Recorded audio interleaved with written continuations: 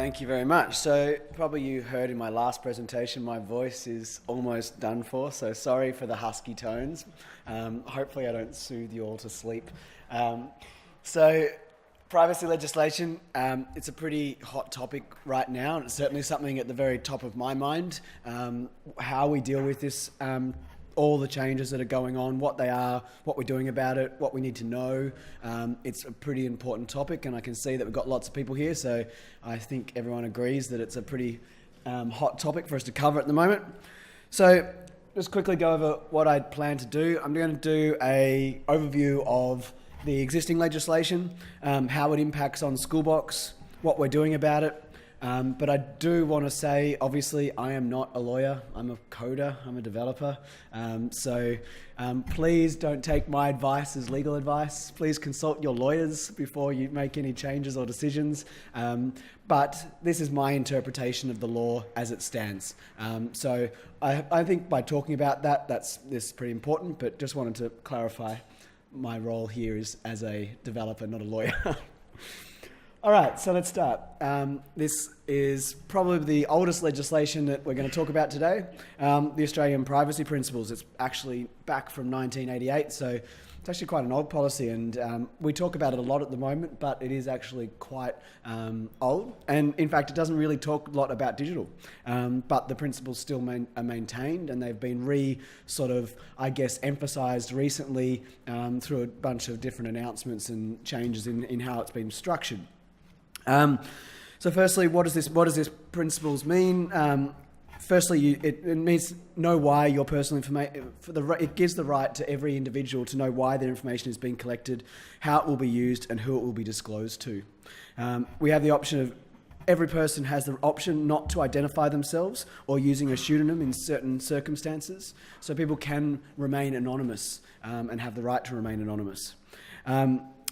We can't ask for personal information, or people can request access to all their personal information. So as a person who has my data in a system, I'm able to go to that system and request all the data that system holds. I'm also, part of this is the right to stop receiving marketing. This has been later updated by another act that I'll talk about a bit later, but privacy does talk about marketing information and the right not to be marketed to as well. We've also got, we have the right to correct our information. So if a database contains incorrect information, a person has the right to have that information corrected. This is different to the right to be unknown, and I'll talk a bit about that a bit later, but specifically in the Australian privacy principles, we have the right to have correct information in the system. And finally, there's the ability to make a complaint about anyone if they believe any of these principles have been breached. So there is a complaints facility as well through this act. One of the things that this legislation talks about is sensitive data, and I think it's important to just talk about what sensitive data is under the legislation, because there is different types of levels of data and what data is sensitive, what data is not sensitive. The data that they list specifically is health, racial, political, memberships or associations, religious beliefs, philosophical beliefs, sexual orientation, criminal record, biometric information. So those are the things that are specifically defined as sensitive. So in the Schoolbox context, we're talking about health data, medical data. There's also discussion in a lot of schools about biometric data as well at the moment. I know that's a hot topic, but the Australian privacy principles, even though back in 1988, they were still aware of the risks of biometric information and how sensitive that information is. So yeah, that's a bit about sensitive, but there's a whole lot of data that's not sensitive, and the Act doesn't really talk much about what we do with that data. So the data that I'm specifically interested in is what we do about academic data, learning data. That's not specifically talked about in this Act, but we would assume that the principles still apply, although perhaps not as severe. One of the reasons everyone's talking about the APP is the NDP. We love our acronyms. The Notifiable Data Breaches Scheme. So this applies to any data breaches involving personal information that is likely to result in serious harm. And I think it's really important to identify the serious harm aspect of this qualification of what becomes a notifiable data breach.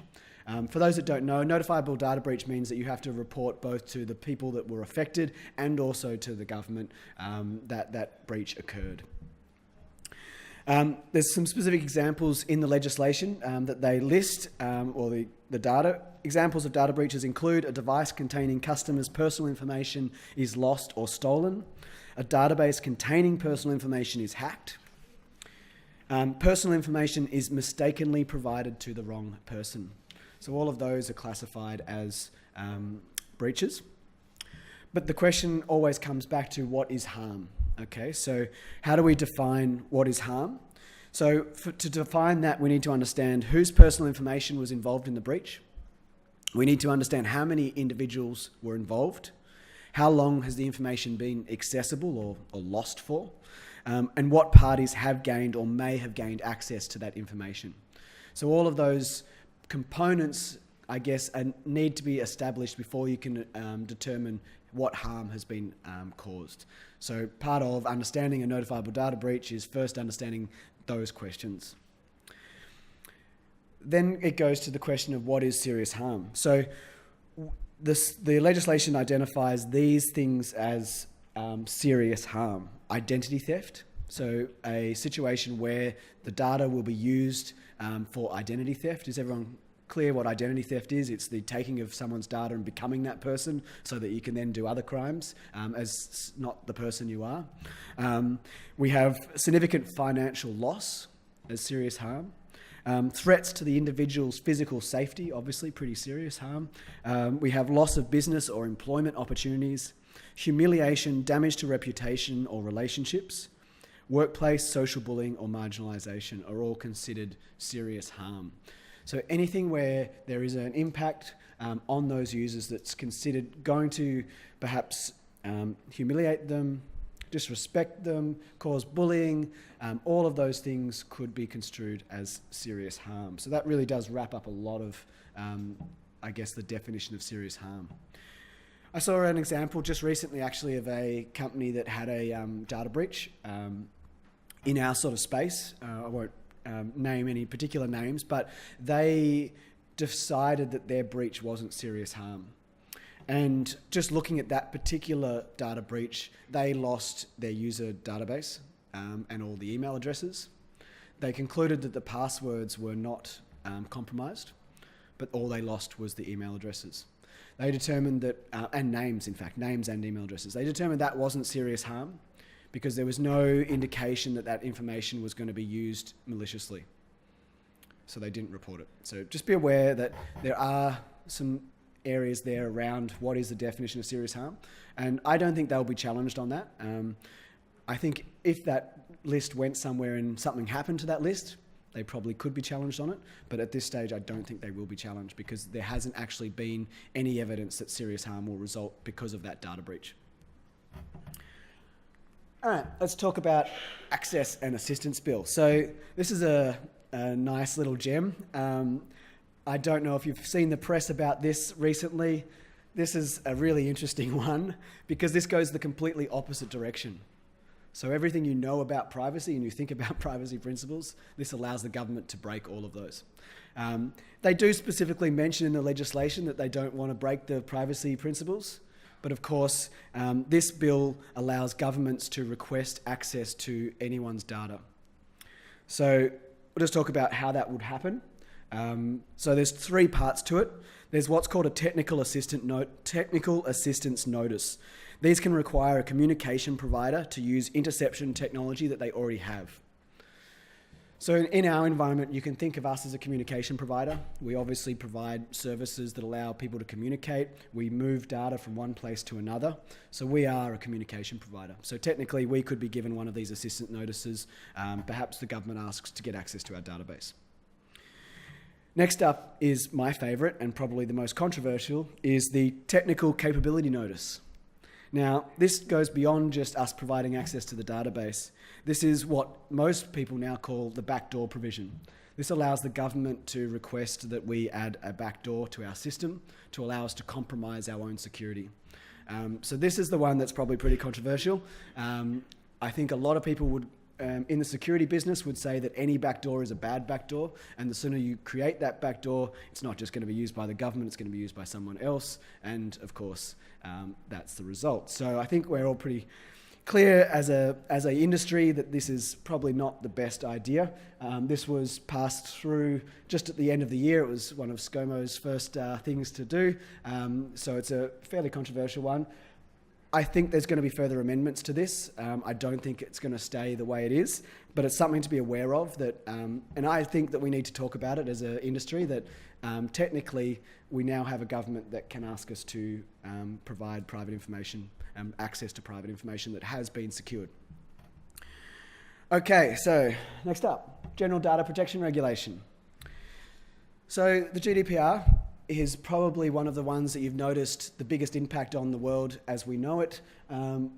It's pretty ubiquitous. The reason for this is Europe's a big country, union, and it has a lot of power. And technically this only applies to European unions, but it has some interesting ways that it defines how that is applied, because it's based on whether you're accessing it as a person of a EU citizen. So any EU citizen accessing your system has the rights under this GDPR law. So if you're a big national company, international company like Facebook, or just a website like a newspaper or something like that, and you think that someone from the EU is going to access your site, you have to implement this GDPR policy. Fortunately, in this room, I don't think we have any EU citizens, so it's unlikely at this stage that we will be required to implement this policy. Obviously, as we go internationally, we are probably going to have to implement some of these changes.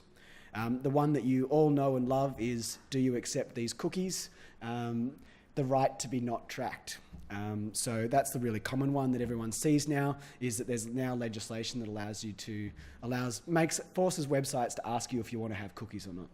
I didn't think it was necessary, but obviously the EU thinks it is, and the penalties associated with this particular legislation are through the roof. We're talking $13 million starting point just for not doing something right. So this is a really seriously heavy-handed law. So that's why we saw massive changes across the internet, websites being rewritten literally overnight in order to avoid prosecution under this particular legislation. I'm not going to go too much into it, but there's some key things in this that I think we should be aware of, because they're likely going to eventually come to Australia, because if the EU's sort of demanded it across the world, it's probably going to be seen as best practice eventually. One of the things that this particular law gives, it must ensure that people give consent to their information or to be tracked. So anytime that you ask for anything, you have to ensure you have explicit consent. You can't just have a survey with an email address anymore. You actually have to consent for that email to be stored.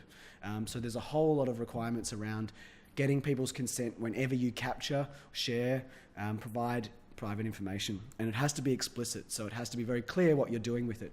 And that's where updates to our privacy policy and things like that will be required.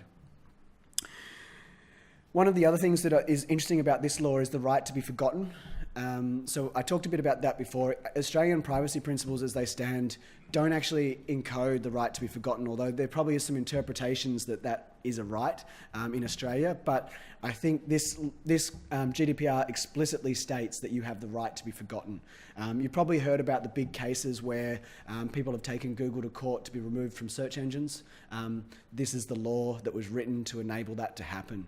Allow you and your information about who you are to be removed from the databases of other systems, so that you can actually go and scrub your existence from the internet. So this is the law that enables that to happen. So that's a really interesting part of that. It's not as severe in Australia, like I said. Technically, as the law, as I understand it, is written, a person can't currently request an organisation to delete any record of them, but there is provisions within the privacy principles to say that you can't store data if you don't have any purpose for it. So there is the idea that someone could come to you and request, remove my data because I'm no longer part of your school, I'm no longer here, I'm no longer doing business with you, you have no right to store that data.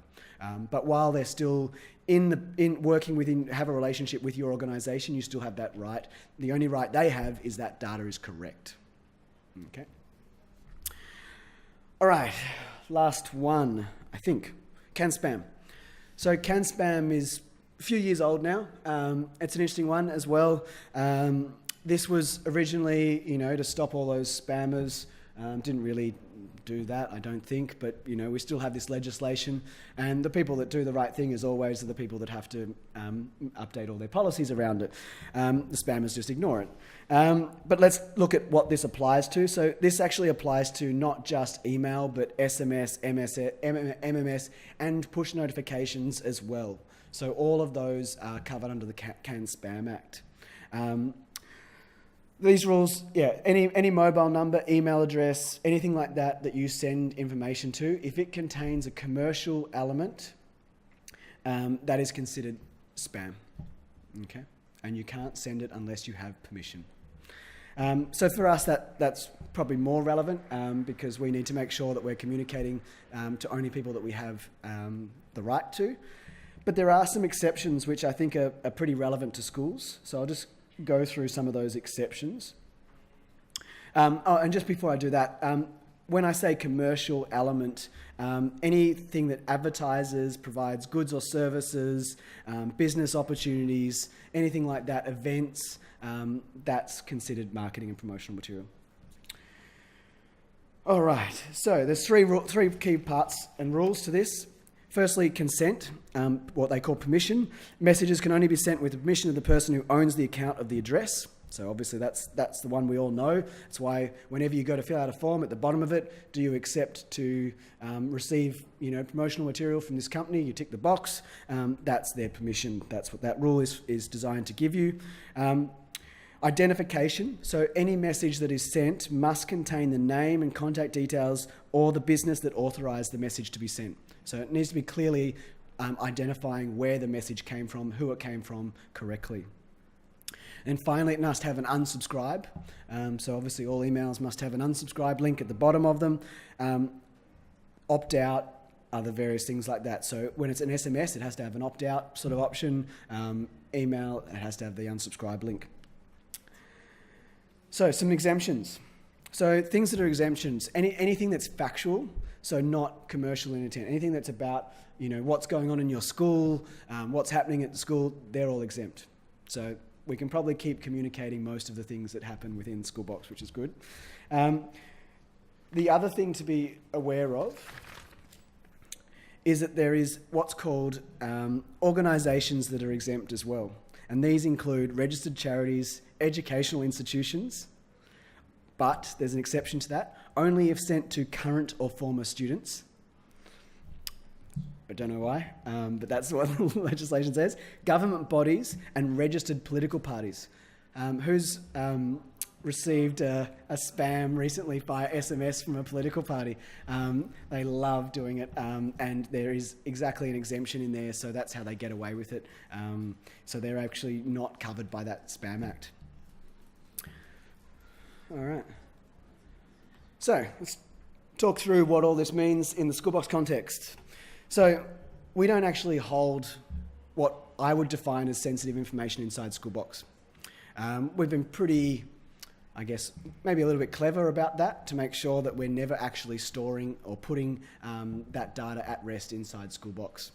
So that allows us to be quite secured against a lot of the types of issues that you might typically get. But that doesn't absolve us entirely.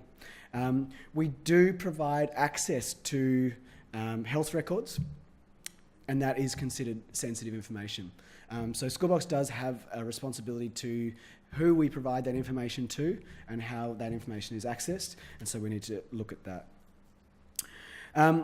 academic results, I mentioned this before, but although they're not specifically defined as sensitive information or covered, I think that there's probably a good case to be made that it is somewhat private information and it should be treated with respect. And what I mean by that is it shouldn't be shared with people that it shouldn't have access to it.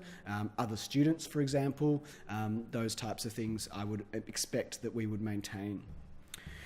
We also provide access to a range of contact information. Now, as you're probably aware in Schoolbox, when you log in, look at a student profile, there's a whole lot of contact information in there, parent contacts, there's email addresses, there's a range of different contact information. Now, this isn't strictly sensitive, but it could be used to cause harm. So potentially if that information was used for bullying or for intimidation, we could consider that causing harm. So I am somewhat sensitive about what contact information is inside Schoolbox. The APP and NDP apply to us. So the NDP specifically does apply to Schoolbox. We do fit its characteristics for it needing to report. I asked this question of the government not long ago, and they weren't very clear on the answer. But in the instance of a breach where we have to report, we will be reporting to the school, not to the appropriate authorities. And that hasn't really been made clear in the legislation, but we still consider your data your data. We will report all those things that I talked about how to determine harm, what things has been breached, where they've been breached, what's happened. We will be telling you that, but we expect at this stage that the school will be doing the Notifiable data breach report, as it's technically your data. Do you have a question? Sorry. So how's it different if, say, the school has the server on site, but you guys have access in to see that? Yep. Does that make a difference? It's not going to make a difference. Technically, it does change the risk profile in where the data's at rest. So it may change the risk profile, but in terms of the notifiable data breaches, we didn't collect the data. And that's where I've defined that as your data and your information to report. But it is definitely a grey area, and this is something that I think there definitely is no case law and there's no recommendation currently from the government about third-party providers, what they should do and who they should report to when they're managing data for someone else. Yeah, I don't think it will. I don't think it changes our reporting requirements. I think the data sovereignty I'll talk a bit about in a minute, but I think, yeah, it changes the risk, but doesn't change actually who owns the data. The data's still owned by the school because the school collected it. Okay, so and some other bits and pieces. Obviously, the Spam Act, we need to make sure we have unsubscribe links in our emails. We need to review all of that, make sure our emails are identifiable. All those things we've practically done. I mean, that's basically taken care of. There's a few tweaks there that I think we could make to improve that process. One of the things I noticed while I was doing this review is it says that it has to be a low-cost opt-out. So what I'll probably end up doing is do some easier way for parents just to completely cut off from notifications, just to make it even less time consuming, because there could be an argument that they have to click too many buttons to opt out. So I want to make it as low cost as possible. So yeah, that's really the only change that I could see there in the Spam Act, but most of that I think is fine. All right, so what do we got? So first step in what are we doing about it is identifying all the personal data and getting rid of anything we don't require. First rule of security and safety and privacy is if you don't need it, don't hold on to it. It's actually part of the GDPR. If you don't use it, you don't store it. It's probably part of the privacy principles as well. If you don't need it, don't put it in the system. So we did a full audit, and the way that I characterized this data was in risk factor. So I looked at each of the pieces of data that we have in our system and the risk that it could be used for serious harm.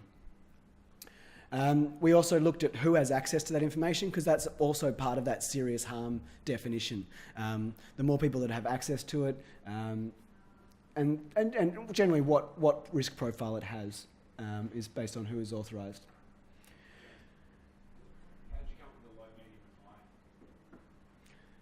So this is based on what I defined as how likely that data could be used to create serious harm. So say student date of birth, I say that's low because you can't really use that to harm anyone particularly. It would be very difficult.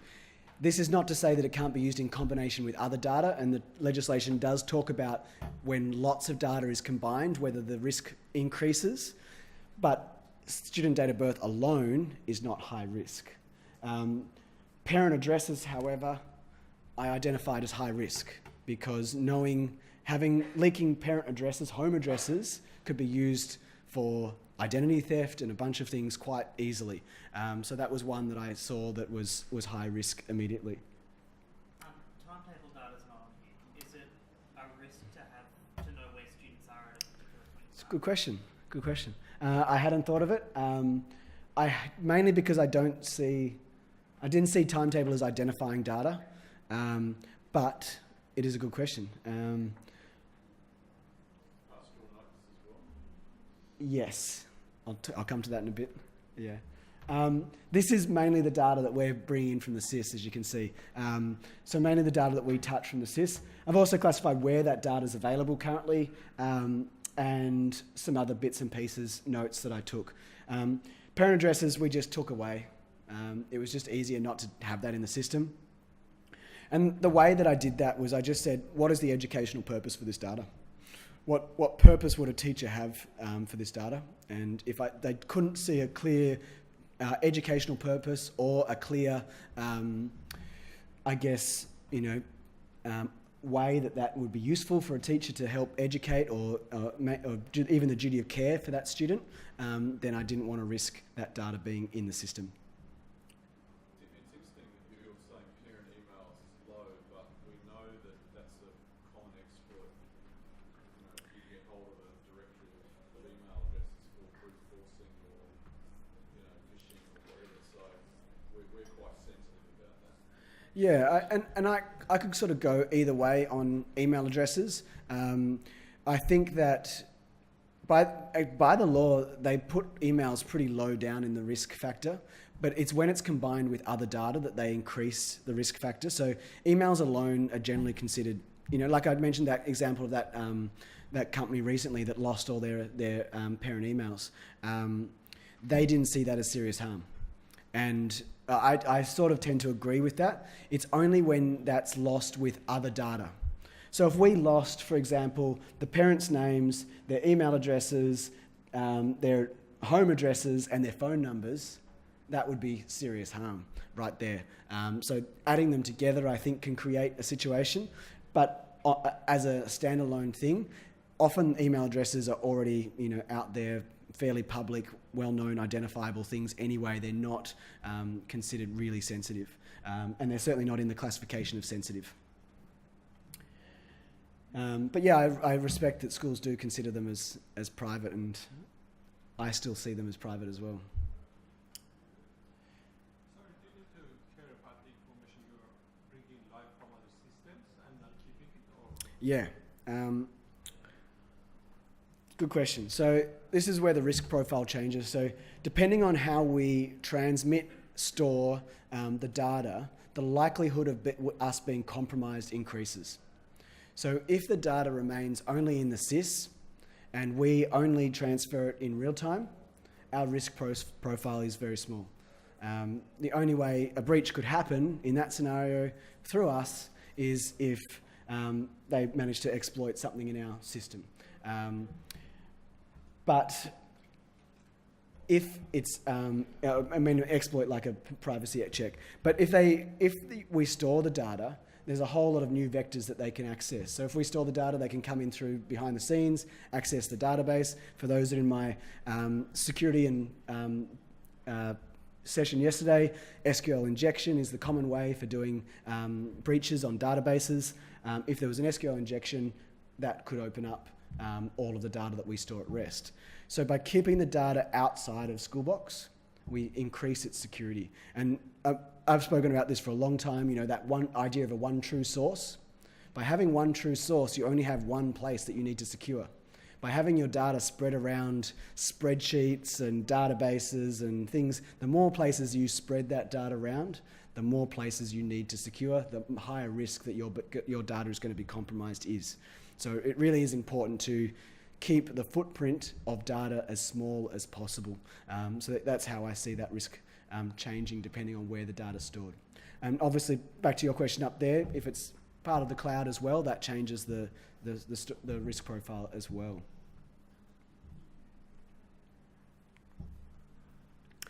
Brings me to my next slide. Perfect. So moving to the cloud.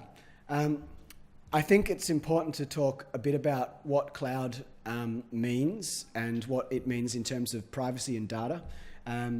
Firstly, I don't necessarily think the cloud is less secure. In fact, I probably would say it's the other way around. I think the cloud is generally more secure. It's designed in a way, its hardware is designed in a way that makes it quite difficult to access. So generally, I would say that most times, if data's in the cloud, it's probably going to be more secure than if it's in your closet at the back of your school. I know that could be controversial, but that's probably the reality of it, is that cloud security systems are at the cutting edge of security systems. There are issues with the cloud though, so that goes without saying that data sovereignty becomes a problem with the cloud. Where your data is stored is important. So we are obviously aware of data sovereignty issues and which data is sent to which countries and when and where, and that's going to be the next generation of what we have to do in terms of our privacy policy, is start to talk about, okay, this is where your data is being sent around the world. What countries it's going to, what data is going to those countries, what data is staying in Australia, and how are we storing that data in Australia, whether it's encrypted at rest or whether it's stored in plain text. All of those things are going to need to be identified as we move towards the cloud, so that you have a clear understanding of what it looks like when you have Schoolbox in the different models, cloud or not cloud, and you know exactly how that data's being treated. One of the things I talked about today was utilising more cloud services inside Schoolbox as part of our future roadmap. But interestingly, we actually use a whole lot of cloud services already inside Schoolbox. And this is just a list of some of the different cloud services that are already functioning inside your instances. And we're already sending data. I know this might come as a shock, but we're actually already sending a whole lot of data all around the world for different purposes.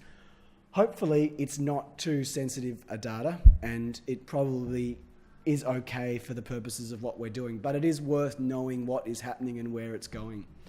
So flag scan, we obviously send the student name so that you can identify who students copying off each other. If we didn't send the student name, you wouldn't be able to identify that. But that's off to Germany.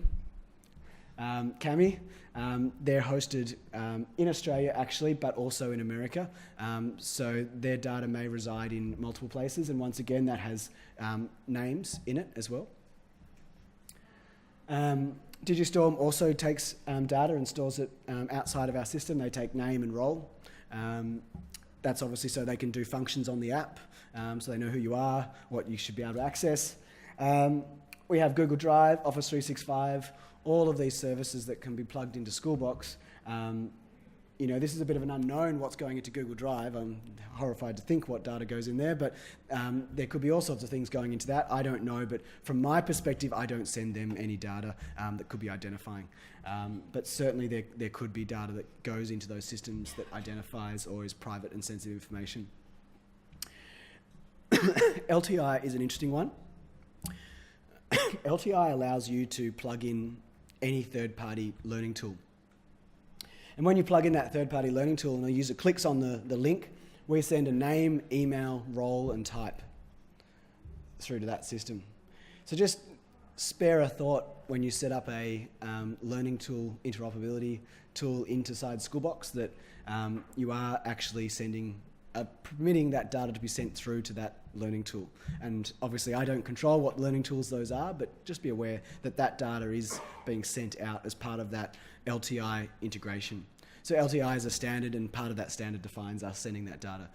So for those who have used like the OneNote integration, where it sets up the classroom and allows the students to click on it, and it starts up a little class notebook, and it's got like the name of the student in it, that's come through that LTI integration. So that's how that is all set up.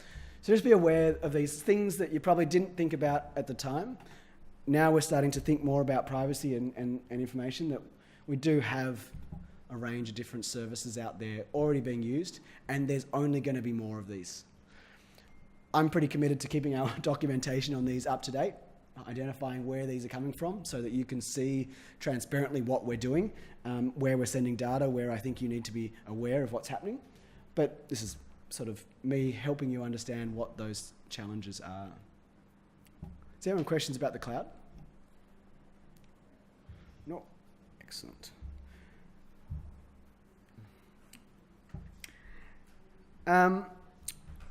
Actually, I skipped a few things.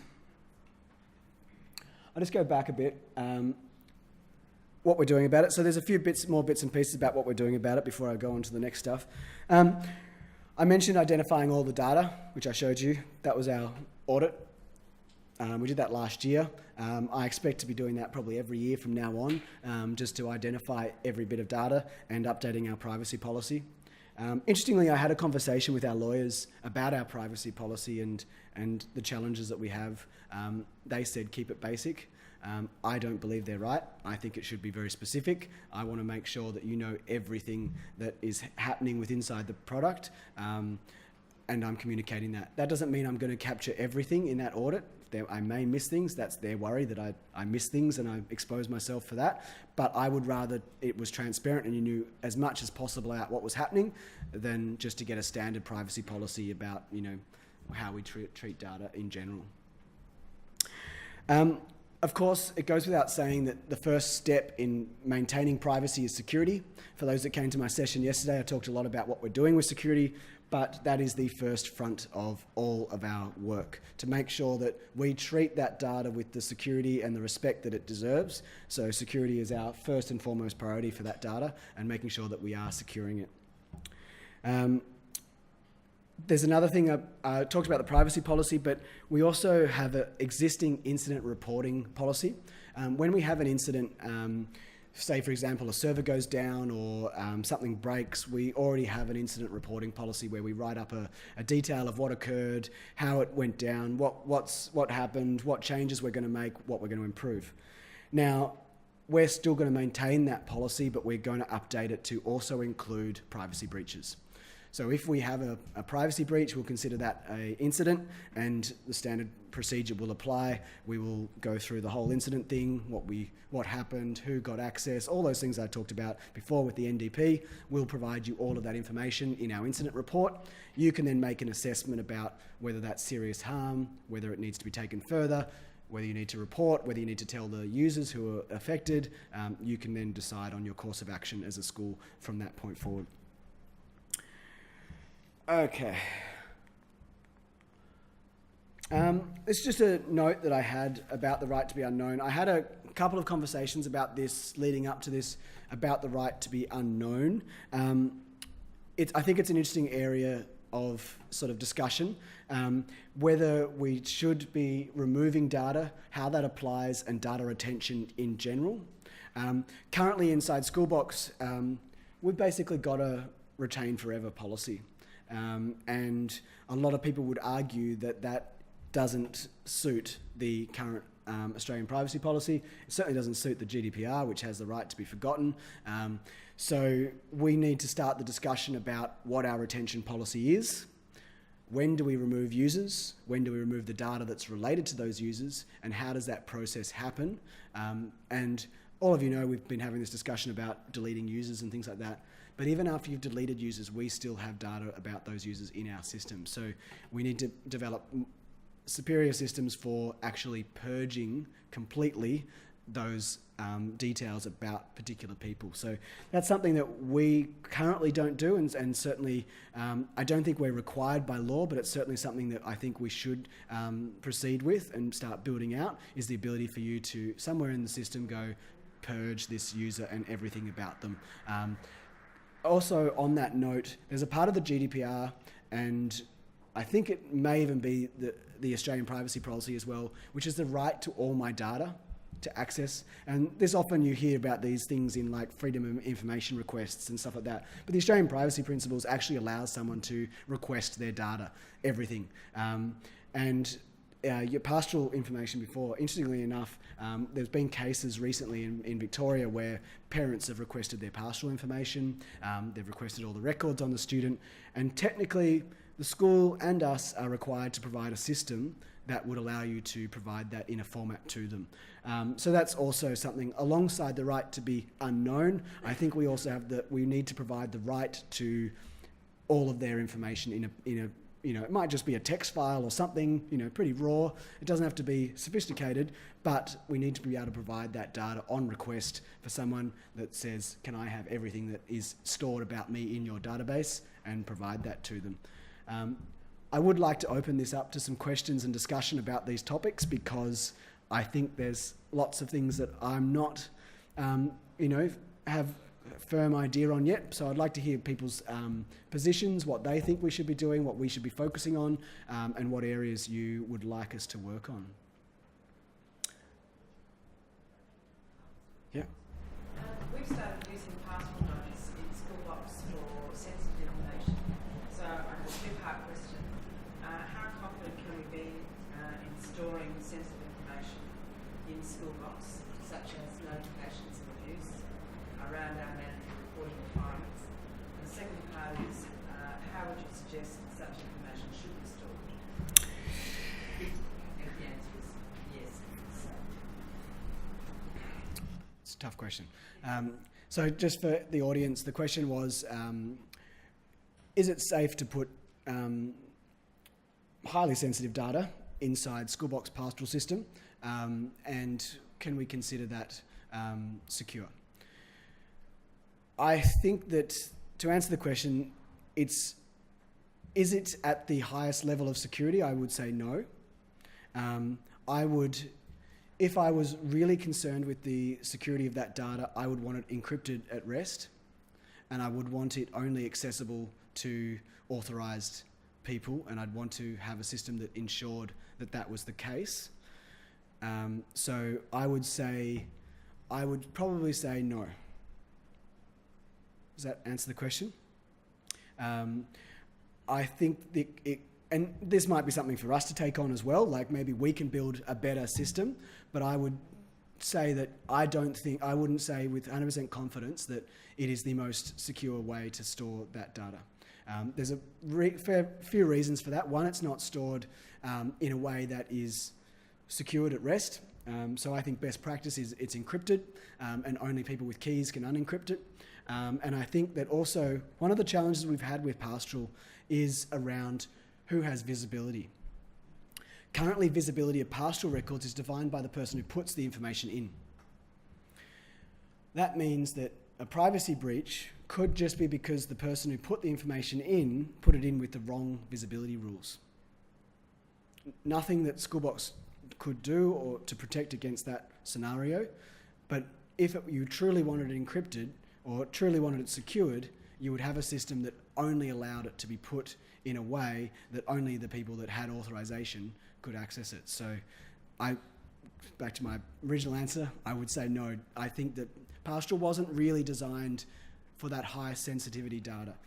When we originally ideated around what pastoral would be, it was about classroom observations. It was about the information about what we as teachers were observing in the classroom and the types of things, behaviours or learning styles or learning plans, information that would support the education of that student, but not necessarily to that highly sensitive data, medical or accusations or those types of things. Any more questions? So knowing what a person has done when they did it is an area of focus now as well. So we're implementing auditing tools across our network. In Schoolbox, knowing that someone has been and looked at pastoral notes or looked at any other part of the system will be important in the future. I know there's a lot of logging on, what files have been accessed and when. Can you comment on that? Yeah, so currently the pastoral system is fully version controlled, so any changes are logged. I don't believe views are specifically logged, so I'd need to take that one on board. But yeah, currently who accessed those records is not available. We could probably diagnose it using a bit of forensics.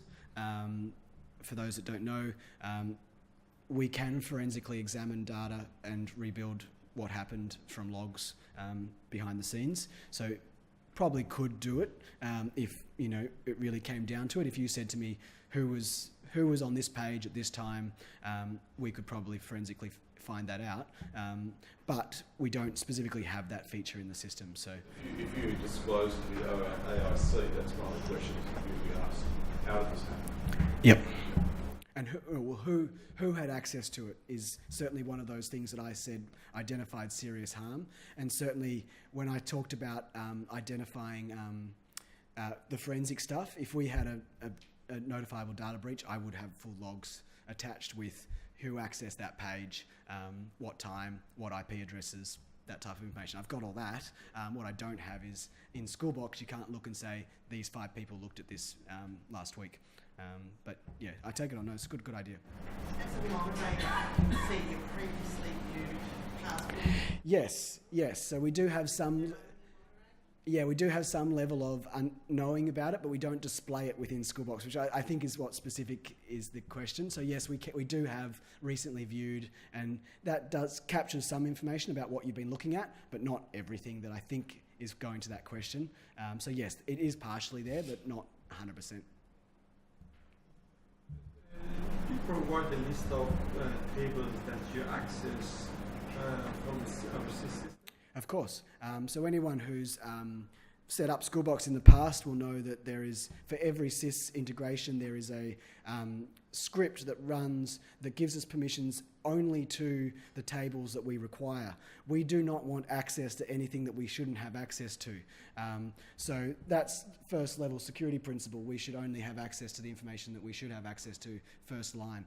So when setting up Schoolbox, you create a user in your SQL database for your SIS, and you set the permissions explicitly to what tables we need. Some schools that have gone particularly heavy-handed on that have gone to the level of fields. We don't recommend that because you'll be forever and a day changing which fields we need access to when things change. But even today, like every time there's a new release, there's new permissions that we require. And often schools update their Schoolbox and we say, hang on a sec, it's broken, and it's normally the permissions that have increased or decreased or something like that that we need changed. We've obviously got granular issues on Schoolbox users, so just Yeah, I mean, it goes without saying super users are incredibly dangerous, and we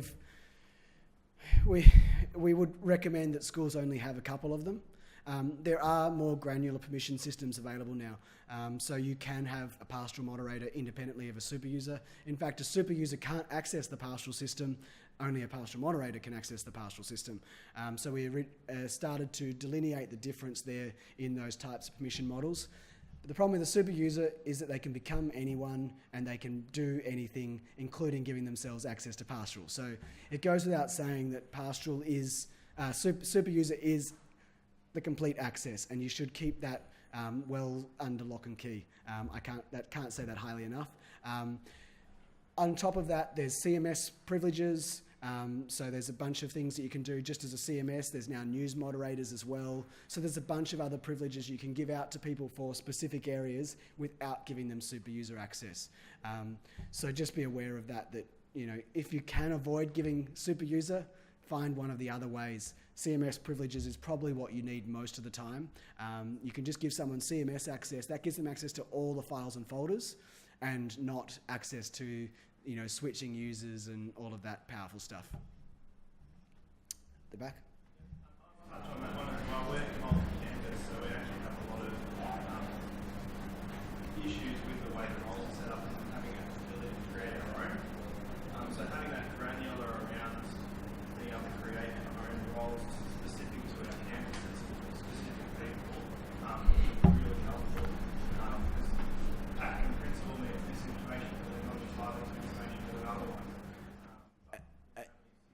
Yep. Just for people who couldn't hear the question is, can we make the permissions more granular to the campus level? I would ask, is that specific to a specific system like pastoral, or is it to the whole system in general, or in what regards? In general, like close right down to teachers who can access different things, to learning support, to technicians. Yeah, and a lot of that can be achieved through the CMS privileges. But if we're talking about particular systems like pastoral, I think pastoral will eventually have to have more sophisticated permission management. I think that's one that I agree that probably needs something more sophisticated. News is one that, I don't know, for those that knew news before the latest release, it actually used to have campus-based permissions. It now doesn't. It was complicated at the time, but we may look at bringing back campus permissions for moderators as well at a news level, so you can have different moderators for different types of news audiences. That was why it got complicated, because now there's not just campus's audience, there's all sorts of different audiences, but we're maybe looking at whether we can provide moderators for different audience types as well. So yeah, it's gonna come down to a feature by feature how granular you go and whether it's required at that level. I try to keep things simple, because one of the things I have found over the years is the more complicated you make your security systems, the more likely you are to get them wrong. So I like to keep it pretty simple. Then it's pretty clear what's going on and who's got access and when. If there's lots of really detailed interactions, it can get very hard to audit and understand exactly who's got access to what. Is that my time? All right, thank you very much, everyone, for your questions and your engagement. Really appreciate your time, and I hope you found that useful.